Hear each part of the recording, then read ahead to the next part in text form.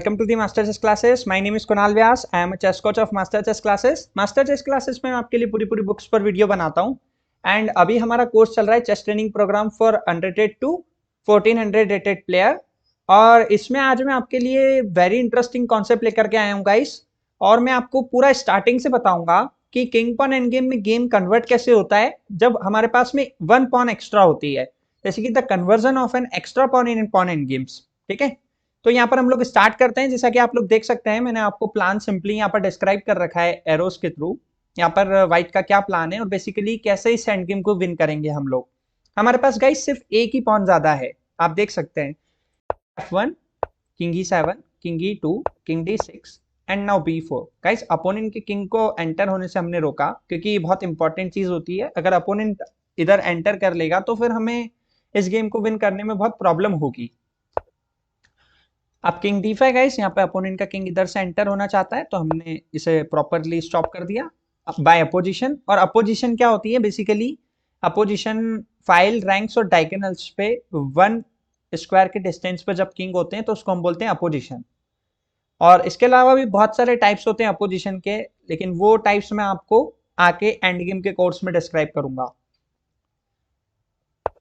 F4, G6, G3, H6। Guys यहाँ पर एक एक टेम्पो का बहुत ज़्यादा यूज होता है, ये बहुत इंपॉर्टेंट चीज़ है। इसे स्पेयर टेम्पी बोलते हैं। इसे टिबोरेट्स के एंड गेम मैनुअल में बहुत अच्छे से डिस्क्राइब किया गया है। मैं आपके लिए उस बुक पर भी वीडियो बनाने वाला हूँ, पूरा कोर्स बनाऊंगा। H4, H5, A3, A6, A4। Guys देखो 1-1 पॉन मूव चलने से क्या हुआ कि अब ब्लैक पूरा जिगजैग में आ चुका है। देखो ब्लैक अगर A5 भी चलता है तो हम BA5 करके इस गेम को विन कर लेंगे, है ना। तो यहाँ पर क्या हो रहा है गाइस, यहाँ पर एक चीज इंपॉर्टेंट ये हो रही है कि अगर अपोनेंट A5 करता है तो हमें B5 नहीं करना है। अगर हम B5 करते हैं तो वो किंग C5 कर देगा। फिर अभी हमारे पास एंटर होने के लिए स्क्वायर नहीं है ना गाइस, तो फिर ये यहाँ पर ऐसा ही चलता रहेगा और अपोनेंट भी इधर एंटर नहीं हो पाएगा, हम भी एंटर नहीं हो पाएंगे। तो ये थोड़ा सा ऐसा हो जाएगा। फिर इसमें आपको ये पॉन सैक्रिफाइस कराना पड़ेगा, थोड़ा लंबा खेलना पड़ेगा। तो गाइस बेटर ये रहेगा कि आप इसे पॉन को कैप्चर कर दो।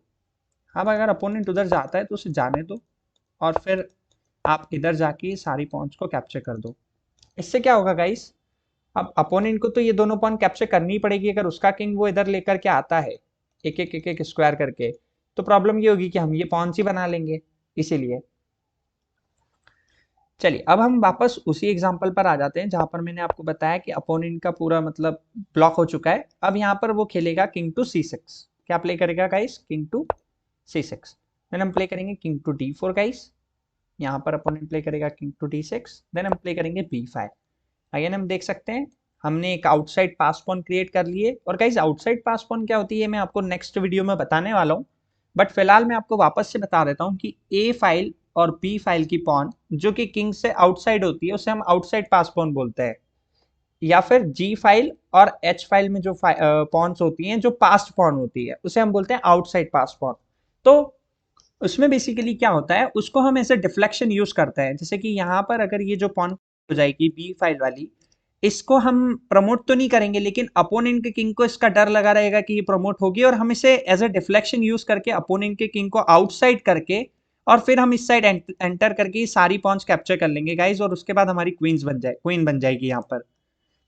तो AB5 किंग C7 गाइस, मैंने पहले ही बताया था कि यहाँ पर तो हम किंग E5 किंग F6 जा सकते हैं, कोई प्रॉब्लम नहीं है।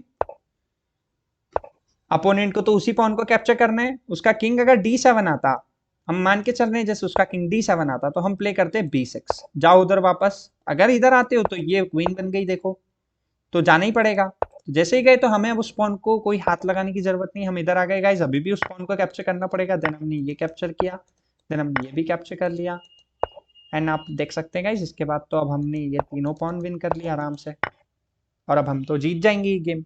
नेक्स्ट एग्जांपल पर आ जाते हैं गाइस।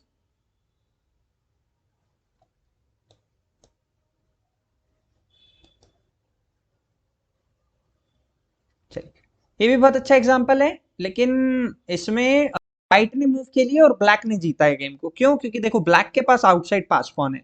बेसिकली जी और एच पॉन को हम आउटसाइड में मानते हैं, लेकिन यहाँ पर क्या हो रहा है, यहाँ पर जो सेंटर की क्लोज पास पॉन है, इसकी वजह से भी ब्लैक गेम जीत पा रहा है।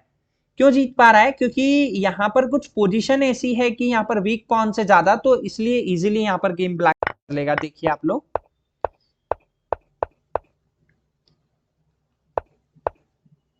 तो ऐसा है गाइस, यहाँ पर बहुत ही आसानी से यहाँ पर ब्लैक ने इस गेम को विन कर लिया है। चलिए अब हम लोग नेक्स्ट एग्जांपल पर आ जाते हैं।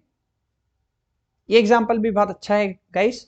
यहाँ पर क्या हो रहा है, बेसिकली व्हाइट का किंग जो है इस पॉन से बहुत पास है, 1 2 एंड 3 एंड 4, एंड ब्लैक का देखिए तो 1 2 3 4 एंड 5। तो हम देख सकते हैं कि व्हाइट पहले ही पहुंचेगा, क्योंकि मूव भी व्हाइट की है, तो मूव व्हाइट की है तो व्हाइट तो पहले ही पहुंच रहा है। और गाइस अब हम लोग, हमारा क्या प्लान होता है इस तरह की पोजीशन में, जब अपोनेंट के पास भी एक एक्स्ट्रा पॉन हो तो उसकी भी पास पॉन क्रिएट होगी। तो यहाँ पर गाइस हमारा ये प्लान होता है कि हम अपनी पास पॉन के स्क्वायर से अपोनेंट के किंग को बाहर कर देते हैं, और हम अपोनेंट का जो पॉन का स्क्वायर है उसके अंदर अपनी किंग को ले आते हैं। तो यहाँ पे हम देख पा रहे हैं कि हम इजीली उस स्क्वायर के अंदर हैं ऑलरेडी।